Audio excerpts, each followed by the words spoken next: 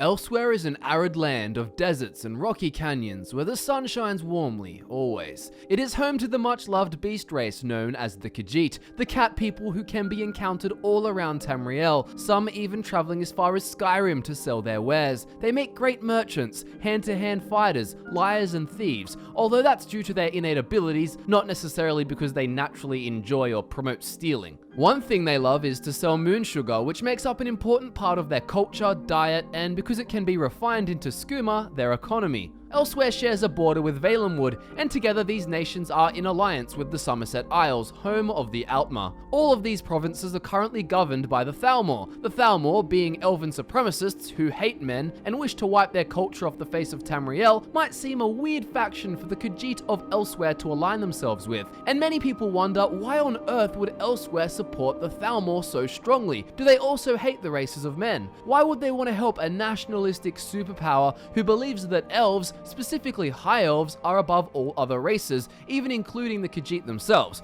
It certainly is baffling for many, but in this video I will explain exactly why these alliances happened and why, if you understand the history of Elsewhere, it makes more sense than you might think. So the Aldmeri Dominion is the powerful empire that the Thalmor run and have brought to prominence by taking over much of Tamriel. They took over Valenwood, Elsewhere, and during the Great War, parts of Cyrodiil, and briefly for a time they had even expanded their empire into Hammerfell. Now with the White Gold Concordat signed, which supposedly was necessary for the empire not to be wiped out by the Dominion, the Thalmor have free reign over Empire territory to stamp out Talos worship. Of course, these High Elves would not want a god who was created from men to be worshipped, and their hatred of men stems from the fact that they see them as inferior and worshippers of the traitor god Lorkhan. We've talked about this before in our video about why the Thalmor hate men, and you can watch that video by clicking the link in the description below. The Thalmor first gained big popularity after the Oblivion crisis, as they managed to convince many in their province that they were responsible for closing the gates of Oblivion. We all know that it was actually the sacrifice of Martin Septim which did this, but nonetheless the Thalmor were effective at combating Oblivion gates due to their magical affinity, so the lie they created was easy enough to believe. Throw in the fact that many snobbish elves would want to believe this too, due to the fact that they wouldn't want a man to be their savior, and you can see why the belief caught on. The Thalmor aimed to recreate the first Aldmeri Dominion, and that's a key point in the understanding of why the Khajiit are currently aligned with the Thalmor. You see,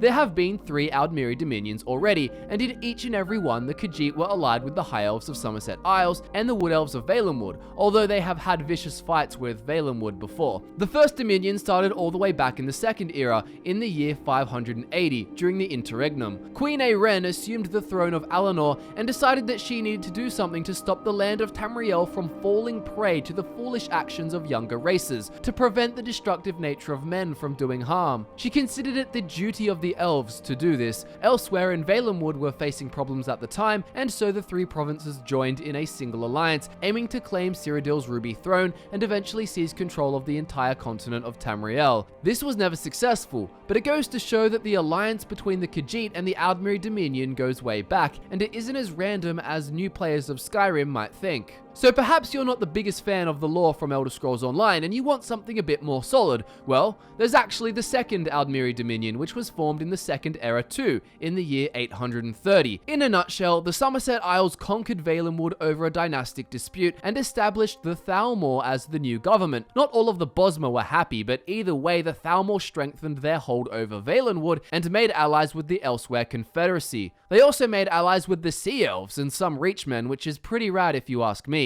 The Elsewhere Confederacy was an alliance formed between the 2 Khajiit states of Anaquina and Palatine. The head of government was most likely the main, and not a whole lot necessarily changed for the Khajiit. Most Khajiit would have just lived the same lives, with the same culture and customs. It's just that their government was now on a team with the Somerset Isles. You may wonder why this was useful for the Khajiit, and the main reason is that it would give them strength against the invasions of men and other threats they may face. While the Second Dominion grew its influence, Tiber Septim rose to power in Cyrodiil and began his ambitious conquest of all of Tamriel. The Third Empire expanded and battled against the Dominion in an attempt to spread everywhere, and as you may know, the Empire actually succeeded. They used the Numidium, a giant Dwemer golem, to force the Dominion into surrender, slaughtering many Dominion soldiers and completing the human conquest of Tamriel. I also want to mention that when the Elsewhere Confederacy was formed, joining Anaquina and Palatine, there was some internal backlash from members of the former feudal local aristocracy. The leader of Anaquina, named Kirgo, petitioned the Empire of Cyrodiil for help. However, he was ignored as the Empire had their own issues to deal with. This adds flames to the fire of why Elsewhere wouldn't really be too keen about the Empire, especially in addition to the fact of how they were conquered by Tiber Septim.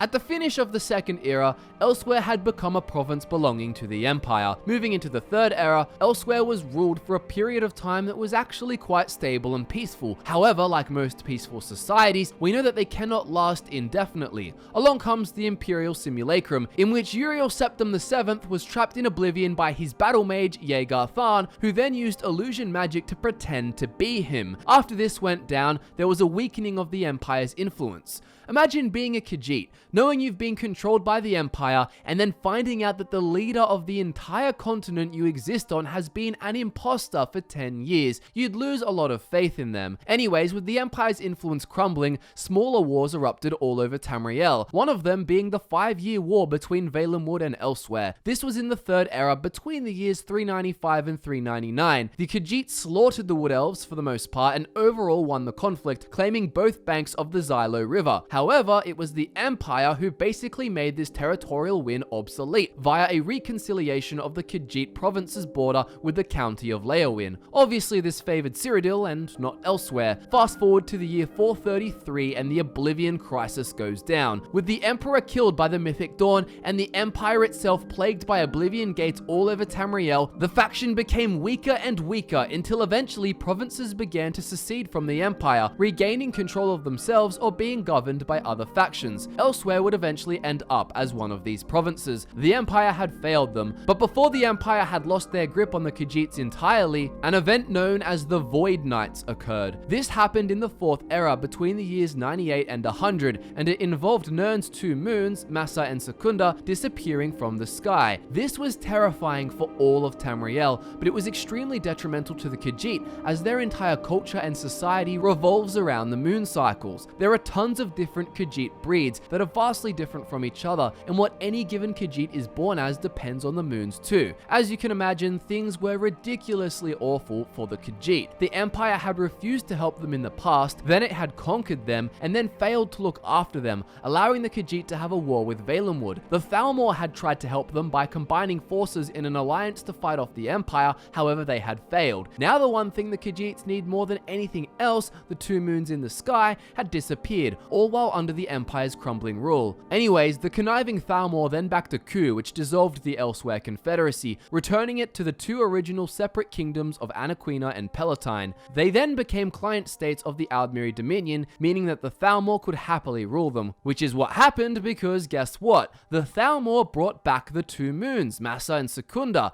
Well, at least they said they brought them back. The moons did return and the Thalmor took credit. People dispute whether or not the Thalmor used special dawn magics or just lied about bringing them back, but either way the Khajiit took the Thalmor's word, seeing them as their saviors. This gave the Thalmor easy control over Elsewhere, and remember, most Khajiit can still just live out their lives normally under the same customs and lifestyle, though it is good to remember that the Thalmor are cunning and will ignore morals to get what they want. They even secretly assassinated the Main early in the Fourth Era. Anyways, that should provide a lot more clarity as to why the Khajiit joined the Thalmor and the Aldmeri Dominion, even though the Thalmor generally are only looking out for their own interests and have caused problems here and there. The reason is that to the Khajiit, the Thalmor have always allied with them and helped them, as seen with what happened with the moons, and the Khajiit had a really bad time under the Empire's rule. When independent, or just under weak leadership, they've also been seen to have issues such as that conflict with Valenwood. So there you go. Elsewhere agreeing to be a part of the Dominion actually is a pretty smart move that makes sense from the inhabitants' perspectives. Some would still oppose the Dominion, and these individuals or groups would be struck down quickly. We've seen this happen in Valenwood, but generally speaking it would be unwise for the Thalmor to treat the rest of the Dominion too badly. Can you imagine them trying to destroy the Empire and take over the rest of Tamriel if their own allies turned on them?